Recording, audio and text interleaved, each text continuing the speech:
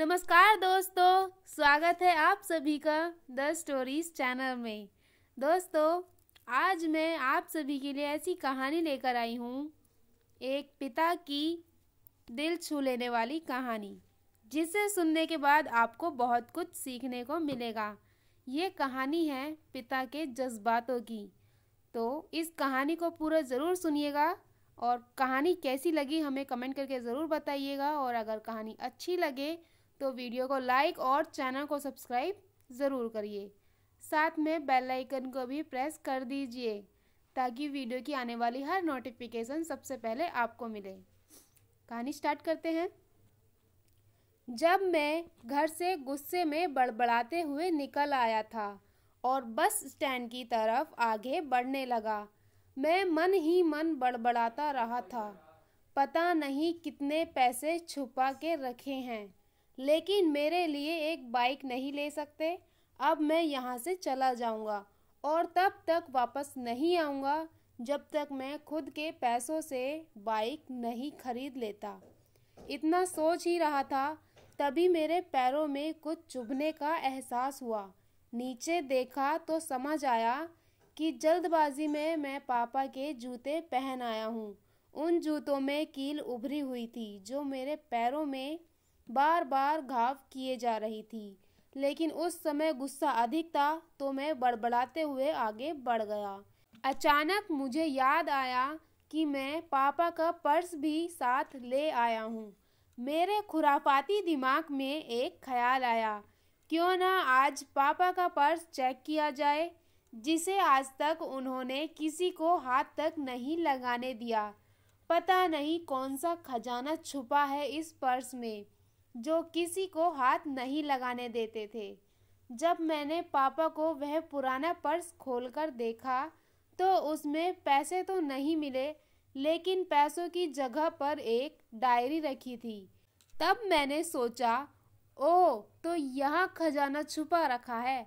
मैं समझ रहा था कि यहाँ पापा ने लिखा होगा कि किस से कितने पैसे लेने हैं और किसको कितने पैसे दिए हैं, लेकिन मैं गलत था। जब मैंने उस छोटी सी डायरी का पहला पेज खोलकर देखा तो वहाँ पर जो लिखा था वह थोड़ा सीरियस कर देने वाला था। डायरी में जो लिखा था उसे पढ़ने के बाद मेरे चेहरे पर जो एक्सप्रेशन थे वो गायब हो चुके थे, क्योंकि डायरी में वैसा कुछ नहीं लिखा था जैसा मैं सोच रहा था। वहाँ पर उन पैसों का हिसाब लिखा हुआ था जो अलग अलग कामों के लिए अलग अलग लोगों से उधार लिए गए थे। उस लिस्ट में कंप्यूटर के नाम पर पैसे लिए गए थे। कुछ यूँ लिखा था, 50,000 बेटे के कंप्यूटर के लिए। यह वही कंप्यूटर था जिसे मैं आज तक यूज़ कर रहा हूँ, लेकिन मुझे यह नहीं पता था उस कंप्यूटर को खरीदने के लिए पैसे कहाँ से आए थे, लेकिन आज पता चल रहा था। मुझे आज भी याद है जब मैंने पहली बार कैमरे के लिए जिद की थी, जो मेरे पापा ने मुझे 2 हफ्ते बाद मेरे बर्थडे पर लाकर दिया था, जिसे देखकर मैं बहुत खुश हुआ था। और मुझे खुश देखकर मुझसे कहीं ज़्यादा अगर कोई खुश था तो वो थे पापा। अब मेरे चेहरे से गुस्सा एकदम गायब हो चुका था। जब मैंने आगे का पन्ना पलटा तो वहाँ पर कुछ विशेष लिखी हुई थी। पहली जो विश थी उसमें जो लिखा हुआ था, अच्छे जूते पहनना। यह बात मेरी कुछ समझ नहीं आई। तभी मेरा पाँव अचानक से सड़क पर भरे हुए पानी पर जा पड़ा और तभी मेरे पाँव में कुछ गीलापन होने का एहसास हुआ। जब मैंने जूते उतारकर देखा तो उसका तला टूटा हुआ था। यह देखकर मुझे डायरी में लिखी बात याद आ गई। तभी मुझे माँ पापा की कही बातें भी याद आ रही थी कि कैसे माँ जब कहा करती थी पापा से, अब तो जूते पुराने हो गए, नए ले लीजिए, तो पापा अक्सर यही कहकर टाल दिया करते थे, जूते अभी और चलेंगे, अभी कुछ दिन पहले ही तो लिए थे। मुझे आज समझ आ रहा था कि कितने दिन और चलेंगे। साथ ही साथ यह भी समझ आ रहा था कि पापा पर्स को क्यों छुपाकर रखते थे। तभी उस डायरी को पढ़ते हुए बस स्टैंड पर पड़ी बेंच पर आकर बैठ गया। अब उस डायरी का आखिरी पन्ना बचा हुआ था।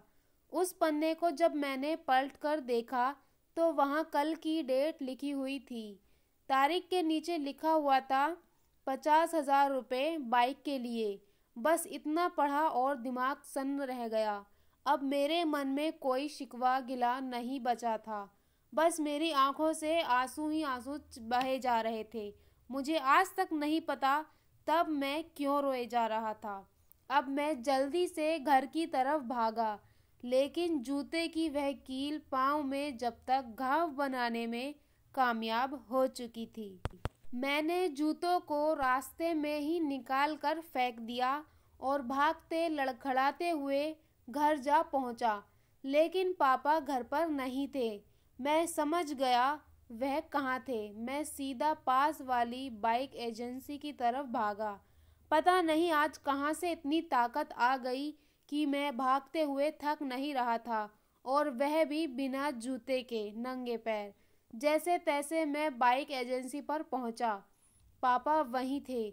मैंने पापा को दौड़कर गले लगा लिया और मेरी आंखों से आंसू रुकने का नाम ही नहीं ले रहे थे।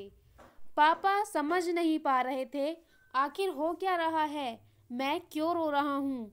मैंने पापा से कहा, पापा मुझे मोटरसाइकिल नहीं चाहिए, आप अपने लिए जूते ले लीजिए। अब आज से मैं जो भी करूँगा अपनी मेहनत से, अपने बलबूते पर पढ़कर करूँगा। तो दोस्तों बस इतनी सी थी ये आज की कहानी। तो दोस्तों आपने माँ के बारे में बहुत सुना होगा और बहुत पढ़ा भी होगा, लेकिन पिता के बारे में बहुत कम ही लिखा गया है। तो दोस्तों ये कहानी उन फादर्स को समर्पित है जो अपने परिवार के लिए जी जान से मेहनत करते हैं, अपनी इच्छाओं को मारकर, और अपने बच्चों के हर सपने को पूरा करते हैं। तो दोस्तों कैसी लगी आपको आज की ये कहानी, हमें कमेंट करके ज़रूर बताइएगा। और अगर कहानी अच्छी लगे तो वीडियो को लाइक और चैनल को सब्सक्राइब ज़रूर करिएगा। साथ में बेल आइकन को भी प्रेस कर दीजिए ताकि वीडियो की आने वाली हर नोटिफिकेशन सबसे पहले आपको मिले। तो दोस्तों खुश रहिए अपनी फैमिली के साथ। मिलती हूँ आपसे नई वीडियो में नई कहानी के साथ।